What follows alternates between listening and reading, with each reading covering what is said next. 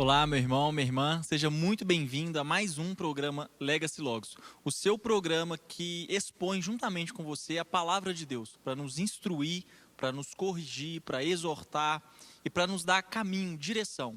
Então, eu quero te convidar para mais um estudo aqui comigo hoje. E não menos importante, né? Antes de tudo isso, eu peço que você acompanhe a gente, siga o nosso canal também. Se você perdeu algum estudo, volta lá, porque o texto ele é expositivo, ele é contínuo, ele é progressivo. Então você volta, se você perdeu algum, para entender toda a palavra de Deus, toda a revelação e não perder nada do que a palavra de Deus tem para você. Amém? Meu nome é Lucas Júnior, eu sou um dos muitos líderes aqui dessa casa, estou aqui para te servir. O meu Instagram é Lucas Júnior Miranda. Se ficar qualquer dúvida, manda mensagem lá, vai ser um prazer para a gente conversar e bater um papo mesmo a respeito da palavra de Deus. Amém? Hoje eu estou com a incumbência, a responsabilidade e também o privilégio de expor com vocês Isaías capítulo 50. E eu vou ler na versão NVI, eu quero orar com você, eu quero ler o texto com você, e depois a gente vai voltar para o texto, expondo ponto a ponto, verso a verso, e eu quero aplicar com você no final. Eu peço, em nome de Jesus, que essa palavra possa falar ao seu coração, gerar transformação. Amém? Então eu quero orar com você agora. Pai, obrigado por tua palavra, obrigado por tua igreja, obrigado pelo Espírito Santo que nos instrui, que nos faz lembrar tudo aquilo que o Senhor disse e fez. Então, que a tua palavra possa gerar transformação no nosso coração, Deus. Que a gente possa não mais apenas ouvir a tua palavra, mas que a gente possa ouvir e praticá-la. Em nome de Jesus. Amém, amém e amém. Amém, irmãos? Então, abre a sua Bíblia aí comigo, Isaías capítulo 50, porque eu quero ler com você e a gente vai voltar depois no texto, ponto a ponto, para eu te explicar e aplicar com você. Amém? Isaías, capítulo 50, com o tema Jesus, o servo obediente. Lucas, mas Jesus, esse é o tema, nós estamos no Antigo Testamento, como assim? Bom, segura essa pergunta aí que ao decorrer do texto, eu vou te falar por que é Jesus, o servo obediente. Amém? Então, vamos à leitura do texto. Isaías, capítulo 50, verso 1, vai dizer assim: Assim diz o Senhor, onde está a certidão de divórcio da sua mãe com qual a eu mandei embora? A qual dos meus credores eu vendi a vocês? Por causa do pecado vocês foram vendidos, por causa das transgressões de vocês sua mãe foi mandada embora. Quando eu vim, por que não encontrei ninguém? Quando eu o chamei, por que ninguém respondeu? Será que o meu braço era curto demais para resgatá-lo? Será que me falta a força para redimi-los? Com uma simples repreensão eu seco o mar, transformo os rios em desertos, seus peixes apodrecem por falta de água e morrem de sede. Visto os céus com as trevas e faço as vestes de lamento à sua coberta. O soberano Senhor deu-me uma língua instruída para conhecer a palavra que sustém o exausto. Ele me acorda manhã após manhã, desperta o meu ouvido para escutar como alguém que é ensinado. O soberano Senhor abriu os meus ouvidos, e eu não tenho sido rebelde, eu não me afastei. Ofereci as minhas costas para aqueles que me batiam, o meu rosto para aqueles que arrancavam a minha barba. Não escondi a face da zombaria e da cuspida. Porque o Senhor soberano me ajuda, não serei constrangido. Por isso eu me opus firmemente como perdeneira, e sei que eu não serei envergonhado. Aquele que defende o meu nome está perto. Quem então trará acusações contra mim? Encareço-me de um ao outro. Quem é o meu acusador? Que ele me enfrente. É o soberano Senhor quem me ajuda. Quem irá me condenar? Todos eles se desgastam como uma roupa, as traças o consumirão. Quem entre vocês teme ao Senhor e obedece à palavra do seu servo? Que aquele que anda no escuro, que você não tem luz alguma, confie no nome do Senhor e dependa do seu Deus. Mas agora, todos vocês que acendem fogo e fornecem a si mesmo tochas acesas, andem na luz de seus fogos e das suas tochas que vocês acenderam. Isso é o que receberão da minha mão. Vocês deitarão atormentados. Texto lido, E eu quero orar mais uma vez pedindo entendimento e poder e graça para que esse texto possa ser lido e que você possa entender e que o Espírito Santo possa gerar transformação no seu coração. Amém? Pai, a tua palavra foi lida, Senhor. Eu peço que agora a gente possa entender o texto, o que ele quer dizer, sermos fiéis à tua palavra. Então fala conosco, em nome de Jesus. Amém. Amém. Irmãos, antes de irmos para o texto, verso a verso, ponto a ponto, para eu te explicar, eu quero te lembrar, no campo da introdução, que Isaías é um livro muito grande, muito extenso, e ele pode ser dividido e subdividido, mas a nível de divisão, Isaías, na primeira parte, ele vai falar de um julgamento da parte de Deus. Um julgamento que começa na casa de Deus, no povo de Israel, mais especificamente no Reino do Sul. O povo pecou contra o Senhor.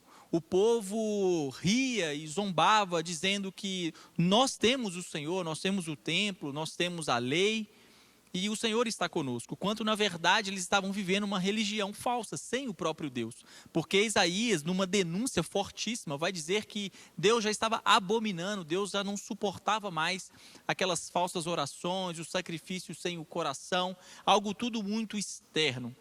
E aí, o povo não se arrependeu, e o povo então enfrentaria o juízo de Deus. E é isso que Isaías vai pregar. Isaías vai pregar que, na primeira parte, o povo enfrentaria o juízo de Deus caso não se arrependesse.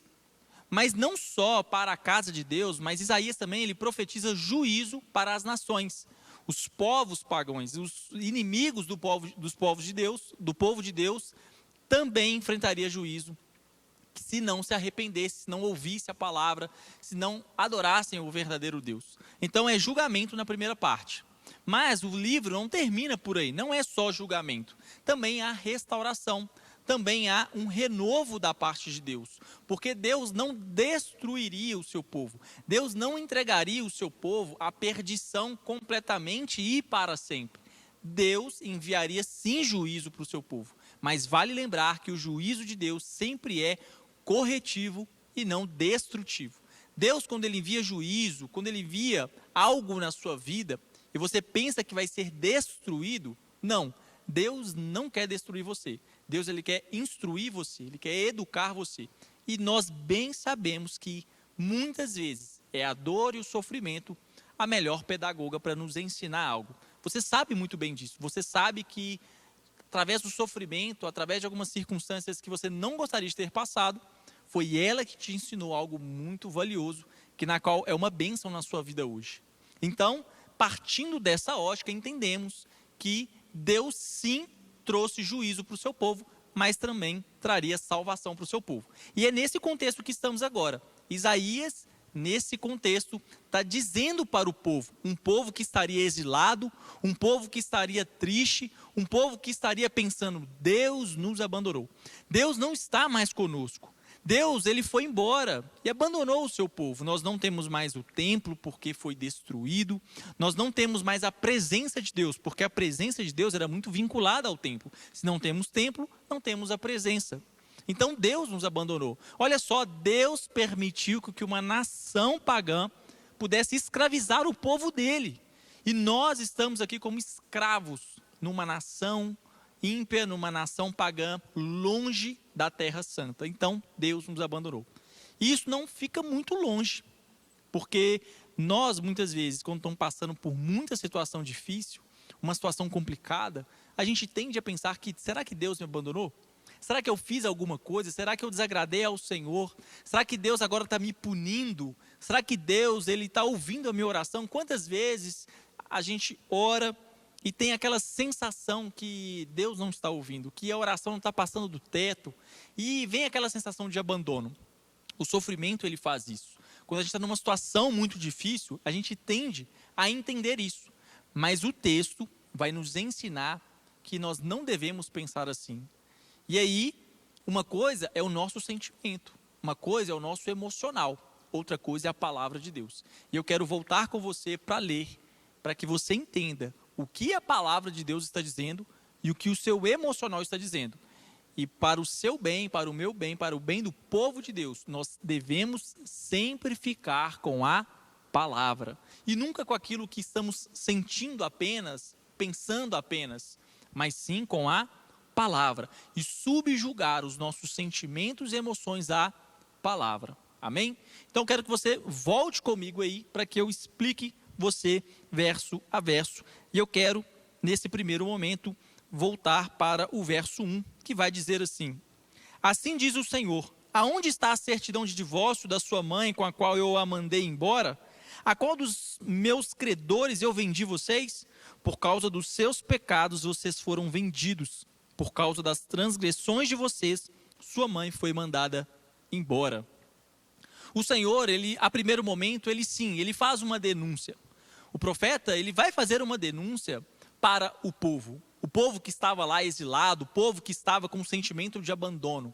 Deus vai dizer, na parte A do verso 1, que ele vai fazer uma pergunta, e uma pergunta retórica. Ele vai dizer: aonde que está essa carta de divórcio? Aonde que estão os credores? Aonde está? E ele vai usar uma linguagem que o povo vai entender, que era muito contemporânea do povo, que havia aquelas cartas de divórcio que o marido dava à sua esposa, onde era um documento legal que iria, de certa forma, oficializar o abandono.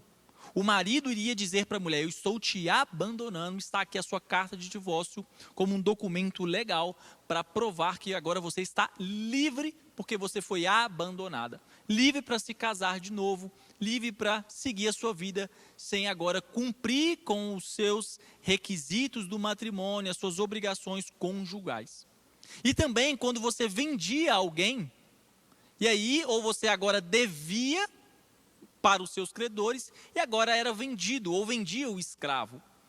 Isso era muito contemporâneo dentro daquele povo, talvez se distancie da nossa cultura dia de hoje, a não ser do divórcio, né, que ainda há um processo legal do nosso tempo para o divórcio, mas fato é que o Senhor, ele está dizendo para aquele povo: vocês acham que eu dei uma carta de divórcio? Vocês acham que eu abandonei vocês? Vocês acham então que eu vendi vocês como escravo para essa nação pagã, para essa nação ímpia, e não vou resgatar vocês? Vocês acham mesmo que vocês foram abandonados? Ora, Deus foi direto ao ponto, Deus foi direto na dor daquele povo, que a dor do povo era exatamente essa, se sentir abandonado. E Deus então faz essa pergunta. E aí, só que na parte B do verso 1, Deus vai lembrar do porquê que o povo estava ali. Porque eles não foram ali, eles não foram parar no exílio babilônico porque foram obedientes ao Senhor. E Deus então decidiu mandá-los para lá. Não! O texto é exaustivo, o livro do profeta é exaustivo nas ordenanças do profeta para que o povo se arrependesse. Caso contrário, o povo iria para o exílio. Mas o povo não dava ouvidos, o povo dizia: não, Deus jamais vai fazer isso conosco. Deus jamais vai enviar a gente para uma nação ímpia, para uma nação pagã. Deus jamais entregaria a terra santa. Deus habita aqui. E o povo não mudava de vida, acreditava nesse falso Deus, né, desse Deus que aceita tudo, desse Deus que te ama, independente da sua conduta, da sua vida. Você pode fazer o que você quiser, Ele vai continuar te amando e te aprovando, né? Não muito diferente do Deus desse século, que na verdade é a nossa própria vontade. Aquele tempo o povo acreditava nesse Deus e enfrentou o juízo de Deus, e não vai ser diferente nos dias de hoje. É por isso que nós devemos ouvir a palavra e nos arrependermos. Então Deus, ele vai dizer: vocês pecaram, por isso vocês estão no exílio. Mas eu mandei vocês embora a ponto de não resgatar vocês?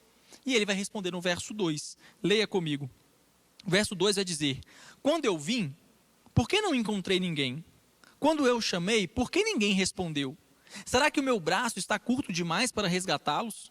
Será que me falta a força para redimi-los? Com uma simples repreensão eu seco o mar, transformo rios em desertos. Seus peixes apodrecem por falta de água e morrem de sede.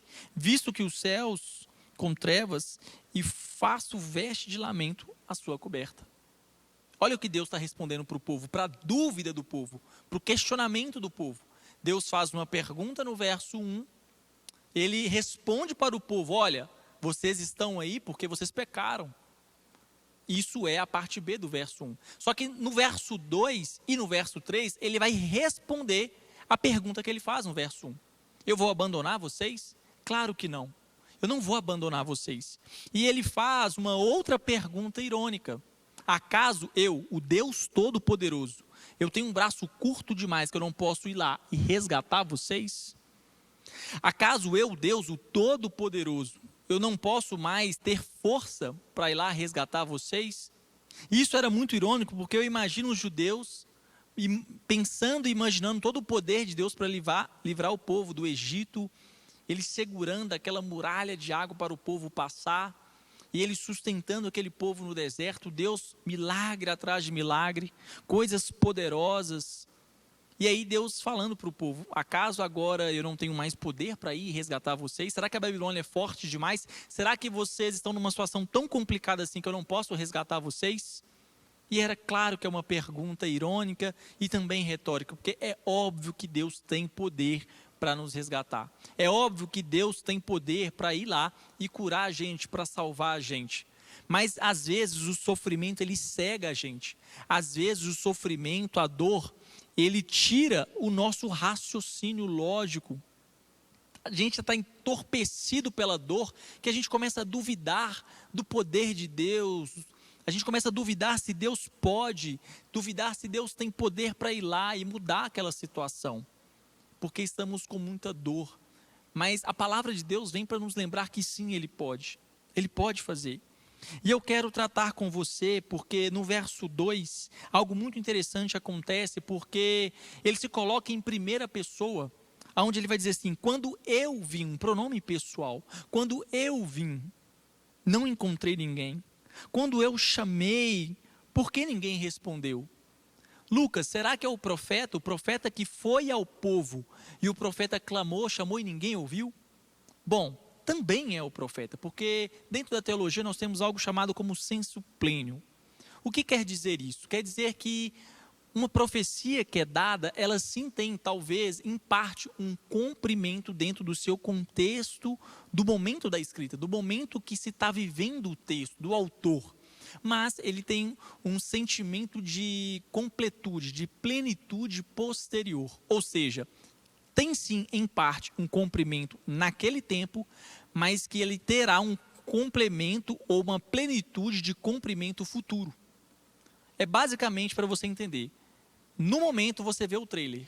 Na plenitude você vê o filme inteiro. Ou seja, o trailer do filme, ele é uma parte daquilo que é completo. E nós temos isso na profecia. A profecia, muitas vezes, ela é dada para um momento, mas ela tem um cumprimento pleno no futuro.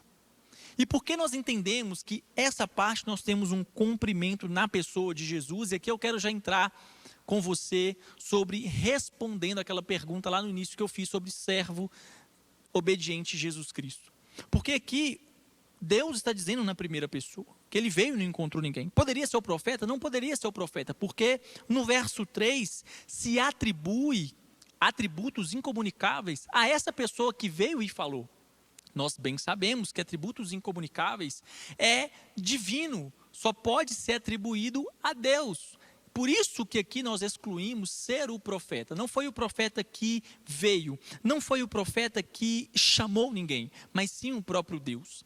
Então nós entendemos, e por que eu quero entender que foi Jesus que veio entre os seus, ele chamou e ninguém ouviu.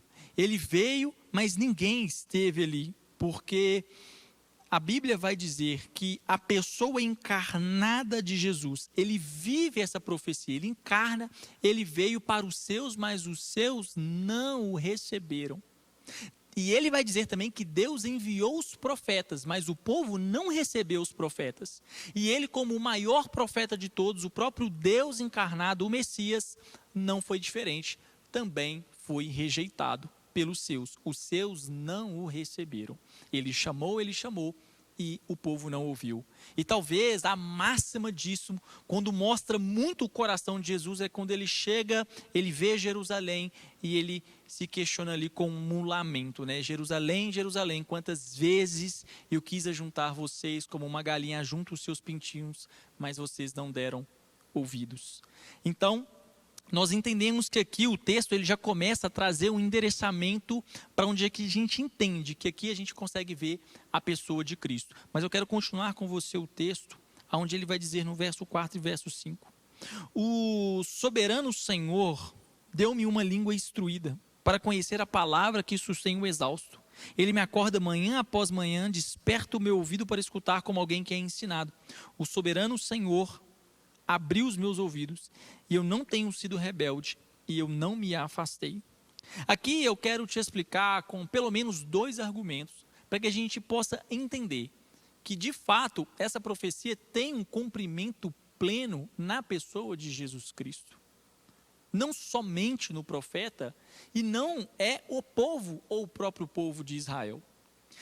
A maioria dos comentaristas, a maioria dos rabinos, dentro do comentário talmúdico, que é o compilado, hoje já escrito, mas anteriormente a tradição oral do povo judeu, dos judeus ortodoxos, porque eles reconhecem como autoridade divina a Torá, a lei escrita e a lei oral, que hoje é compilada por meio do Talmud. E dentro desses escritos, nós temos como a maioria esmagadora, entendendo que o servo sofredor é o próprio povo de Israel. Porque aqui, lembrando a vocês, nós estamos dentro do chamado cântico do servo sofredor. Aqui é o terceiro cântico dos 4 que temos em Isaías. Textos claros que vão falar de um servo que sofre. E para o povo judeu, ele entende que esse servo que sofre é o próprio povo de Jesus. Eles não conseguem ver e encaixar a pessoa de Jesus ali como servo sofredor. Mas é isso que eu quero te mostrar agora, com pelo menos 2 argumentos do porquê nós podemos sim entender que é Jesus Cristo, uma pessoa, o servo sofredor e não o povo de Israel. Eu vou pelo primeiro argumento, um argumento gramatical contextual. Numa leitura fluida, nós podemos entender que no verso 1, a parte B do próprio verso 1 e o verso 2 e 3, nós temos um uso de pronome pessoal, onde nós temos uma relação muito íntima de uma pessoa com uma obra. Ora, a palavra servo, é claro que ela é polissêmica e ela pode sim dar um sentido dúbio ou duplo. Ora, servo pode significar sim um coletivo e ora, servo pode significar um indivíduo, uma única pessoa no singular, ora no coletivo, no plural, se tratando de um povo. E é desse lado que os judeus entendem. O servo, ainda que se tratando de um pronome pessoal, o servo se tratando como o povo de Israel. Mas, num sentido fluido, aonde que uma palavra polissêmica ela pode ser atribuída com mais de um significado, o que afirma o significado dela é o próprio contexto. Porque nós temos, por exemplo, te dando um exemplo, a palavra manga. A palavra manga, dependendo do contexto, pode ser uma fruta. Mas a depender do contexto, ela pode significar uma parte da blusa, manga da blusa. Ora, então a palavra manga, ela pode ter 2 significados completamente diferentes. Mas o que vai definir o seu significado é o seu contexto. E aqui, apesar da palavra servo poder sim, em outros contextos, ter o sentido de coletivo, ou seja, povo, aqui numa leitura fluida, pelo contexto, nós podemos entender que é um indivíduo e não um coletivo. E o segundo argumento, eu quero trazer um argumento exegético cristológico. Bem, na parte do verso 1, Deus reforça que o povo foi obstinado. Deus deixa claro que o povo foi para o exílio porque pecou.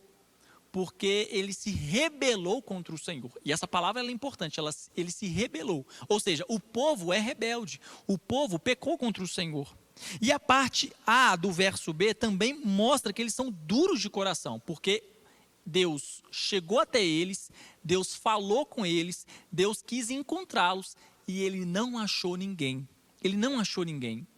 E essa denúncia não é só desse texto do profeta Isaías, mas Ezequiel vai dizer que Deus tentou encontrar alguém e não encontrou, que o povo era tão obstinado, mas tão obstinado, que nem se os melhores servos, os mais obedientes, pedissem em favor do povo, Deus ouviria. Ou seja, nós temos de uma forma muito clara, não só em Isaías, mas com uma teologia bíblica do Antigo Testamento, entendendo que o povo ele é obstinado. E isso vai ser importante para o nosso argumento, na construção do nosso argumento. No verso 4, no verso 5, será que pode se referir ao povo? Será que eu posso atribuir servo ao coletivo? Entendemos que não. Por quê? Porque se trata de uma pessoa. E essa pessoa poderia ser Cristo. Por que essa pessoa teria que ser Cristo? Porque no verso 5 vai dizer que esse servo, ele não tem sido rebelde. O servo, ele não é rebelde. O servo, ele tem ouvidos para ouvir, ele tem uma língua instruída e ele não tem sido rebelde. Totalmente oposto daquilo que lemos no verso 1. Aonde Deus denuncia que o povo ele é rebelde, aonde Deus denuncia que o povo não tem ouvidos. Por quê? Porque Deus chamou e o povo não ouviu. Logo, esse servo não pode ser o povo, porque entraríamos em contradição aqui, chocando que Deus uma hora vai falar que o povo é rebelde e outra hora vai falar que o povo é instruído, que o povo ele é obediente. Claro que não. Apesar de entendermos também que os judeus, quando vão ler esse texto, ele vai dizer que o servo, sim, é o povo. E Deus, ele manda o povo para o exílio para purificar o seu povo, para disciplinar o seu povo. E então eles serão obedientes. Mas nós entendemos que isso também é um pouco contrário ali a uma leitura do Antigo Testamento, porque nós percebemos que talvez mesmo logo ao exílio babilônico, o povo não se torna assim obediente. Tanto que temos os profetas pós-exílicos também denunciando pecados e afastamento do povo de Israel. Por isso, com essa construção desses dois argumentos, podemos entender que o servo não é uma pluralidade, não é um coletivo, não é o próprio povo de Israel, e sim uma pessoa. E por que que é a pessoa de Cristo? Por que que Cristo que encarna esse servo? Eu quero continuar com você a leitura para que a gente possa responder essa dúvida. Olha o que vai dizer no verso 6 e no verso 7. Ofereci as minhas costas para aqueles que me batiam, meu rosto para aqueles que arrancavam a minha barba, não escondi a face da zombaria e da cuspida. Lembra do sensus plenium, que de fato, para que essa profecia ela poderia ter sim um cumprimento pontual, mas num sentido pleno, na sua plenitude, o cumprimento posterior. Para que eu não seja acusado de uma falsa exegese, não trazer um significado diferente daquilo que o texto está dizendo, posso sim concordar que o profeta, ele foi entregue, o profeta, ele foi apanhado, o profeta, ele sofreu, porque sim, Isaías sofreu. Segundo a tradição, Isaías termina a sua vida sendo cerrado ao meio por Manassés. Então, a gente sabe que o profeta, ele sofreu. O profeta, ele foi lá para denunciar o pecado do povo. O profeta foi lá para corrigir o povo. E você acha que o povo aceitou muito bem? Você acha que o povo ouviu aquelas duras palavras e recebeu bem aquelas palavras? Claro que não. Então, o profeta, ele foi rejeitado. Corroborando com aquilo que Cristo diz, que ele enviou os profetas ao povo e o povo rejeitou os profetas. E nós vemos isso lendo os profetas, que eles sofreram na mão do povo, porque o povo não ouvia, porque o povo era obstinado e rebelde, como a parte B do verso 1 fala. Então sim, nós podemos dizer que Isaías ele sofreu, que Isaías ele padeceu sobre o seu povo. Mas, num sentido muito pleno, nós temos a pessoa de Cristo, que encarna essa mensagem. Cristo, ele se entregou no seu julgamento, ele não disse uma só palavra, ele deu as suas costas para ser açoitada pelo Império de Roma, mas não se entregando a Roma, porque Roma detinha o poder sobre ele, mas ele entregou a sua própria vida pelo pecado do povo, para ser obediente ao Pai, porque lembra que o servo disse que estava sendo obediente, lembra que esse servo, ele tinha sido instruído na sua palavra, que ele levava a palavra aos cativos e aos cansados, lembra que esse servo, ele ouvia a voz de Deus e ele era obediente em tudo, ele não era rebelde, e esse mesmo servo, como entendendo, sendo Cristo, ele entregou para ser açoitado, ele entregou para ser amassado pelo Império Romano. Tanto é que a crucificação era um sentimento de tortura, era uma forma de tortura, e muitos temiam porque era algo duradouro, durava muito uma pessoa crucificada. Ela não morria em horas. Mas por que Cristo morre de forma precoce naquela cruz? Com horas, ele padece sobre a cruz de Pôncio Pilatos, do Império Romano, porque ele havia sido duramente açoitado, flagelado, ele foi torturado, não só na mão do carrasco romano, mas também um pouco antes no sinédrio judaico, nas escondidas, nas madrugadas por Anás e Caifás. Então, ele sofrendo na sua carne, padecendo, ele morre de forma precoce na cruz. Então esse texto, num sentimento pleno, Cristo encarna essa mensagem e ele sofre, ele padece, ele se entrega. E a gente sabe como foi essas cenas horripilantes quando nos evangelhos narra a crucificação e um pouquinho antes ao condenamento de Jesus, né? Onde o sinédrio condena ele, onde o Império Romano ainda executa a pena sobre ele. E aí, olha o que o verso 7 vai dizer. Porque o Senhor soberano me ajuda, eu não serei constrangido. Por isso eu me opus firmemente como uma perdeneira, e sei que não serei envergonhado. Aquele que defende o meu nome está perto. Olha isso. Por que nós podemos entender que é a pessoa de Cristo?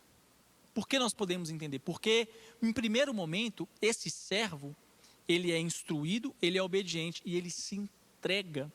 Ele se entrega, ele se oferece, ele fala assim: eu ofereci as minhas costas, eu ofereci a minha face.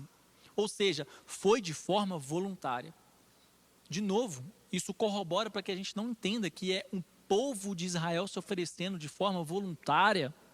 Não, no verso 1, reitero, Deus havia falado que o povo estava ali porque o povo pecou contra o Senhor, porque o povo não deu ouvidos à palavra de Deus. Então, o povo estava no exílio, não de forma voluntária, não porque queriam estar lá, mas porque eles mereciam estar lá. Ao contrário, como uma antítese, o servo, não. O servo, ele não merecia esse tratamento. O servo, ele não merecia ser escorraçado, ser cuspido, ser esbofeteado. Ele não merecia, mas ele se ofereceu a estar ali. Ele se ofereceu a estar ali. E por que nós entendemos isso? Porque dentro da tradição judaica também, é estranho um sentido substitutivo para eles. Não, eles entendem que cada pessoa precisa pagar pelos seus pecados. Mas ora, alguém que não tem pecado se oferecer para sofrer no lugar de alguém que tenha, como que alguém, ele substitui você na pena. Você pecou, você errou e você deveria pagar. Aí uma pessoa que não tem nada a ver com o que você fez, uma pessoa que não tem nada a ver com o ocorrido, ele fala assim: não, deixa que eu sofro por você, a pena que você deveria pagar, agora eu vou pagar. E isso de forma voluntária e de forma graciosa, porque não houve mérito. Não houve mérito. Logo, nós podemos entender que esse servo obediente se oferece de forma voluntária, num sentido substitutivo, para sofrer a pena daquele que de fato merecia a pena.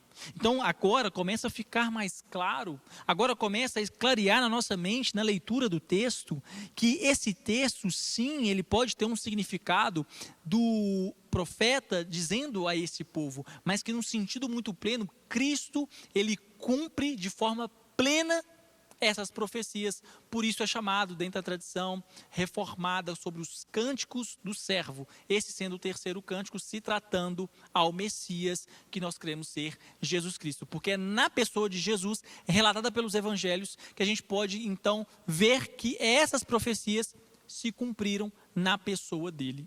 E o verso 7, onde diz, né, que ele entende que ele não será constrangido, porque o soberano Senhor defende ele. Novamente, uma outra profecia que Jesus cumpriu de forma plena. Por quê? Porque nós temos relatado nos evangelhos que quando Cristo, por Herodes, ele foi confrontado, ele não respondeu uma palavra sequer. Ele não deu satisfação aos homens, ele não deu satisfação ao Império Romano, ele não implorou pela sua própria vida. Imagina você sendo julgado, imagina você sendo posto a um julgamento por uma coisa que você não fez. Claramente você talvez espernearia, falaria, derramaria o seu coração para provar que você é inocente, que você não praticou tal coisa. Porque a gente sabe que é muito errado a gente pagar e ser culpado por uma coisa que a gente não fez. A gente fica indignado, a gente sabe disso. Mas Cristo sabia que ele não precisava prestar contas, ele fica em silêncio, porque ele sabia que Deus o exaltaria. Ele sabia que Deus não o abandonaria, e como de fato, novamente, isso se cumpriu. Cristo não está morto. Se você for na sepultura de Jesus Cristo, se você for no lugar provável que Cristo foi enterrado, talvez não enterrado, porque a morte e a celebração ali no sentido de velar um corpo, de embalsamar um corpo era totalmente diferente do nosso contexto, mas ele desceu à sepultura, ele estava sobre uma mesa, dentro de uma caverna, com uma roda gigante, como uma pedra tampando essa caverna. Se você for lá, Cristo não está lá, o corpo dele não está lá, os restos mortais do corpo de Cristo você não encontra, porque essa palavra se cumpriu, porque Deus o ressuscitou dos mortos, ele não foi envergonhado, ele não foi vencido pela morte, ele venceu a morte.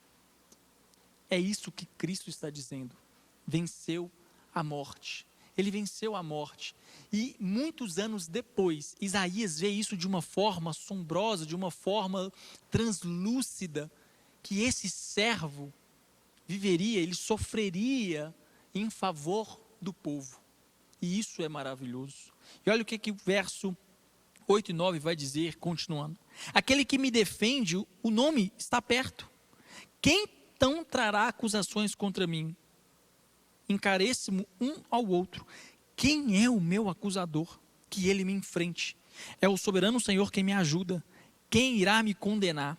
Todos eles se desgastam com a roupa e as traças o consumirão.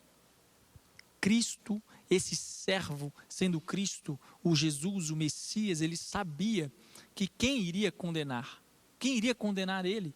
Ele foi de forma voluntária, sem pecado, de forma substitutiva. Mas aquele que não pecou, que não conheceu o pecado, se fez pecado por nós.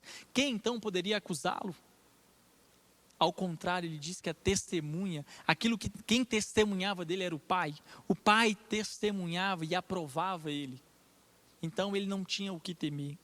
Verso 10 e verso 11, para finalizar, vai dizer assim: quem entre vocês teme o Senhor e obedece à palavra do seu servo? Novamente atribuindo e dando sentido divino para esse servo. Quem obedece à palavra desse servo? Quem é obediente ao Senhor e esse servo? Que aquele que anda no escuro, que não tem luz alguma, confie no Senhor e dependa do seu Deus. Mas agora, todos vocês que acendem fogo e fornecem a si mesmo tochas acesas, andem na luz dos seus fogos e das suas tochas que vocês acenderam. Isso é o que receberão da minha mão. Vocês deitarão atormentados. Isso de uma forma muito irônica. Olha o que Isaías está dizendo. Olha, se vocês, talvez, ainda que vocês andem no escuro, se vocês confiarem em Deus, o próprio Deus vai guiar vocês. Ainda que vocês acham que não enxergam, ainda que vocês acham que está tudo muito escuro, mas se vocês confiarem no Senhor, vocês estarão no caminho certo. Mas aqueles que dizem assim, está escuro, não estou enxergando, e ele faz para si fogo, ele faz para si uma luz, para iluminar os seus próprios caminhos, Deus vai dizer que essas pessoas que ainda que acham que estão enxergando, estarão na escuridão e serão atormentados. Eles não terão paz, eles não terão visão, eles não sabem por onde eles estão indo. Isso aqui é muito irônico, porque se a gente está enxergando um caminho, a gente acha que a gente está certo, a gente acha que a gente está caminhando certo. Mas quem disse que esse caminho é o caminho que o Senhor tem para você? E ao contrário, às vezes a gente acha que a gente está andando pelo caminho errado, a gente não faz ideia do que está acontecendo, mas a gente só confiou no Senhor e está andando, porque o Senhor disse. Ele está confiando, então aquilo se torna o caminho certo, porque você está confiando em Deus. E é isso que Isaías finaliza dizendo, que o que corrobora muito com o sentimento do povo. O povo poderia não estar enxergando, poderia estar todo mundo escuro, mas ele diz, confie em Deus. Não acendam para si tochas, não acendem para si fogueiras para que vocês possam iluminar os seus próprios caminhos, mas confie no Senhor. Porque quando você está com uma tocha na mão, é muito fácil você apontar o caminho. Porque na verdade, quem está guiando você é você mesmo. Mas quando você confia no Senhor, ainda que esteja escuro, você está no caminho certo. Amém? Para finalizar, não menos importante, eu quero aplicar com você a primeira aplicação, depois dessa exposição, para entendermos que não há espaço para murmuração, pois Cristo sofreu no seu lugar e te deu vida eterna. Esse texto vai falar de um servo que sofre. E porque ele sofreu, nós não precisamos agora sofrer como ele sofreu. Nós não precisamos tomar do cálice da ira de Deus, porque ele bebeu gota por gota e ele padeceu, ele sofreu, ele foi estirado, ele foi trucidado naquela cruz, a sua carne foi esticada, ele tomou para si o pecado da humanidade, ele se sentiu abandonado, sozinho, foi abandonado pelos seus. Tudo isso ele sofreu para que eu e você não precisarmos passar por isso. Então, me diz, aonde que há espaço para murmuração? Se Deus te livrou da ira dele mesmo, se Deus te livrou da ira dele por meio de Cristo, aonde que está espaço para murmuração? Aonde que está espaço para blasfêmia? Nós agora precisamos ser gratos a Deus, sermos gratos por tudo que ele fez, por tudo que ele tem feito. Na segunda aplicação é que não ande segundo a sua própria luz ou o seu entendimento. Confie no Senhor, pois ele é a verdadeira luz. Irmãos, confie no Senhor. Ainda que está escuro, que você sente que você não sabe para onde está indo, continue confiando no Senhor. Você acha que Abraão, ele sabia para onde ele está? Deus falou assim, sai da sua terra e vai para uma terra onde eu te mostrarei. Deus não deu CPF, Deus não deu endereço, Deus não falou como que ia prover, Deus não... falou só isso para ele, e ele foi, confiou no Senhor. Chegando na terra onde Deus estava falando para ele, a terra teve fome. E aí? Então pode ser que surgiu muita dúvida no coração de Abraão. Ele não estava enxergando o caminho para que ele tinha que ir, mas ele confiou no Senhor. E ele cumpriu a vontade de Deus. Então confie no Senhor, não fique acendendo para si luzes, não anda segundo o seu próprio entendimento. Confie no Senhor, ainda que você não entenda o caminho que está trilhando. E a terceira aplicação é que em Cristo você não terá mais acusações, mas fora de Cristo enfrentarás as acusações diante de Deus do grande juízo final. Aqui nós temos um servo, Jesus, que ele sofre tudo para que eu e você não precisamos sofrer. A gente não precisa mais sofrer, porque Cristo sofreu. Mas aqueles que estão em Cristo, para aqueles que não estão em Cristo, vai precisar sofrer as acusações. Sabe que acusações são essas? Diante do juízo branco, você irá responder por suas obras diante de Deus. E o que você vai ter para falar para Deus? Qual é a desculpa que você vai dar para Deus diante do juízo, diante do trono branco? Não haverá desculpas, você terá que pagar pelo seu pecado. Irmão, a conta é alta demais, a conta é cara demais. É por isso que precisou de um sangue precioso para pagar esse pecado, para pagar essa dívida, esse preço muito alto, que é o sangue de Jesus Cristo. Então, por favor, creia em Jesus Cristo, porque em Cristo você não mais sofrerá acusação nenhuma, porque Romanos 8:1 vai dizer que não há condenação para aqueles que estão em Cristo Jesus. Amém? Deus te abençoe, espero que você tenha sido abençoado com mais um estudo bíblico, com mais uma exposição bíblica. Espero que tenha falado verdades ao seu coração e que você confie no Senhor em nome de Jesus. Amém? Deus te abençoe, se ficou qualquer dúvida, me chame lá no Instagram e até um próximo programa Legacy Logos. Deus te abençoe.